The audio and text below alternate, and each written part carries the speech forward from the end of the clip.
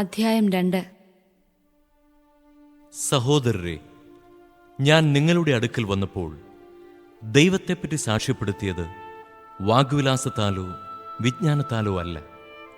നിങ്ങളുടെ ഇടയിലായിരുന്നപ്പോൾ യേശുക്രിസ്തുവിനെക്കുറിച്ചല്ലാതെ, അതും ക്രൂശിതനായവനെക്കുറിച്ചല്ലാതെ മറ്റൊന്നിനെക്കുറിച്ചും അറിയേണ്ടതില്ലെന്ന് ഞാൻ തീരുമാനിച്ചു. നിങ്ങളുടെ മുൻപിൽ ഞാൻ ദുർബലനും ഭയചകിതനുമായിരുന്നു. എൻ്റെ വചനവും പ്രസംഗവും വിജ്ഞാനം കൊണ്ട് വശീകരിക്കുന്നതായിരുന്നില്ല. പ്രത്യുത ആത്മാവിൻ്റെയും ശക്തിയുടെയും വെളിപ്പെടുത്തലായിരുന്നു.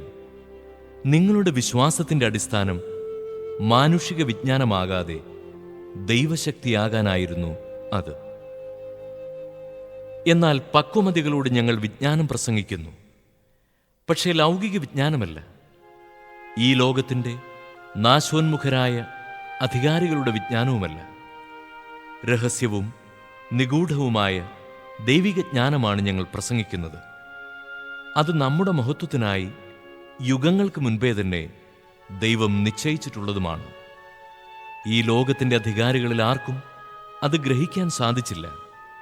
സാധിച്ചിരുന്നെങ്കിൽ മഹത്വത്തിൻ്റെ കർത്താവിനെ അവർ കുരിശിൽ തറയ്ക്കുമായിരുന്നില്ല.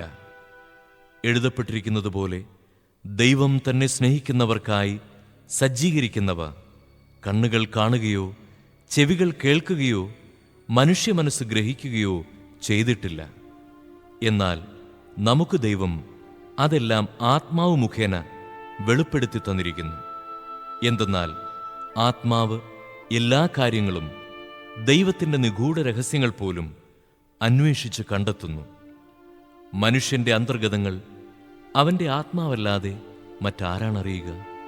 അതുപോലെ തന്നെ ദൈവത്തിൻ്റെ ചിന്തകൾ ഗ്രഹിക്കുക ദൈവാത്മാവിനല്ലാതെ മറ്റാർക്കും സാധ്യമല്ല.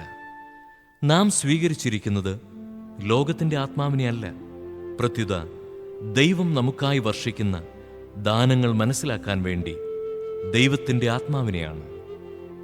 തന്നിമിത്തം ഞങ്ങൾ ഭൗതിക വിജ്ഞാനത്തിൻ്റെ വാക്കുകളിൽ പ്രസംഗിക്കുകയല്ല, ആത്മാവ് ഞങ്ങളെ പഠിപ്പിച്ചതനുസരിച്ച് ആത്മാവിൻ്റെ ദാനങ്ങൾ പ്രാപിച്ചവർക്ക് വേണ്ടി ആത്മീയ സത്യങ്ങൾ വ്യാഖ്യാനിക്കുകയാണ് ചെയ്യുന്നത്.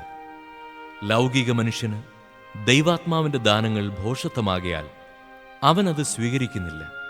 ഈ ദാനങ്ങൾ ആത്മീയമായി വിവേചിക്കപ്പെടേണ്ടവയാകയാൽ അവ ഗ്രഹിക്കാനും അവന് സാധിക്കുന്നില്ല. ആത്മീയ മനുഷ്യൻ എല്ലാ കാര്യങ്ങളും വിവേചിച്ചറിയുന്നു, അവനെ വിധിക്കാൻ ആർക്കും സാധിക്കുകയുമില്ല. കർത്താവിനെ പഠിപ്പിക്കാൻ തക്കവിധം അവിടുത്തെ മനസ്സറിഞ്ഞവൻ ആരുണ്ട്? ഞങ്ങളാകട്ടെ ക്രിസ്തുവിൻ്റെ മനസ്സ് അറിയുന്നു.